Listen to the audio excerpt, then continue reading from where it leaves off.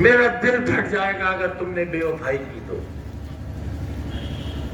آپ میرے ساتھ دھوکہ مت کرنا، میرے پاس بہت وقت ہے بھی نہیں. مت کرنا دھوکہ میرے ساتھ. اور جان لو اچھی طرح جان لو، بھیڑیا تمہارے دروازے پہ کھڑا ہے. اگر وہ تمہارے گھر کے اندر داخل ہو گیا اپنی آبروؤں کی حفاظت نہیں کر سکو گے.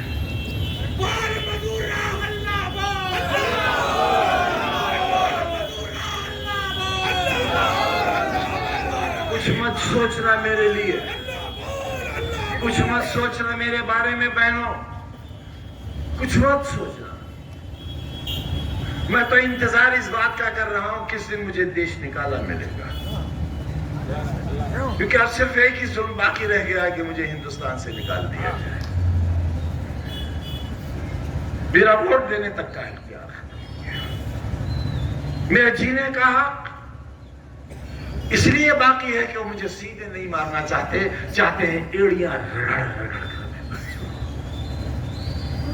سارا دن عدالت میں کھڑا رہتا ہوں.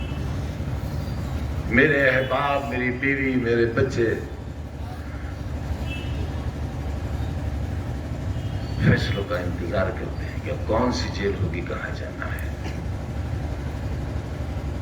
میں کہاں گیا، میں نے کیا کر دیا یہ؟ تمہاری اچھائی کا سوچ کے میں نے کتنے لوگوں کو برباد کر دیا.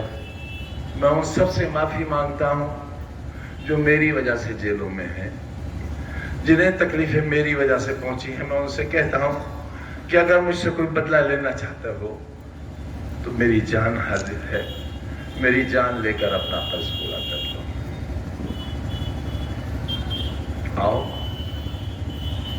آؤ مارو مجھے، پتھراؤ کرو میرے اوپر، کوئی تمنچا نکالو. اسی قلعے کے میدان میں میرے سینے پر 7 8 تمنچے رکھ کر گولی چلائی گئی تھی. میں تو تب بھی نہیں مرا تھا، لیکن میں نے کسی سے انتقام نہیں لیا تھا. خدا کی قسم میں نے ہر گنہگار، ہر ظالم کو معاف کر دیا تھا. آخر مجھے کس بات کی سزا ملی ہے؟ کس گناہ کی سزا ملی ہے؟ تم سے محبت کی سزا، تمہاری چاہت کی سزا. لیکن تمہارے ہی بزرگوں نے، ٹیکسٹائل کے مزدوروں نے، رکشہ چلانے والوں نے اور بیڑی کے مزدوروں نے میرے آنسوؤں کو اپنی ہتھیلیوں میں لے کر اپنے ہونٹوں سے چوس لیا تھا. اس لیے میں تمہاری نمائندگی کرتا رہا تھا. کوئی خوشحال، کوئی نامور شخص میرے ساتھ نہیں تھا،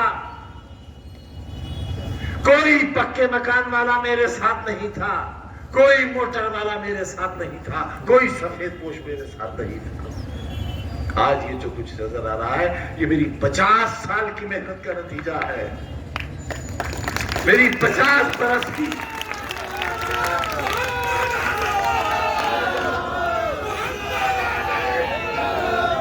دیکھا ہے کبھی؟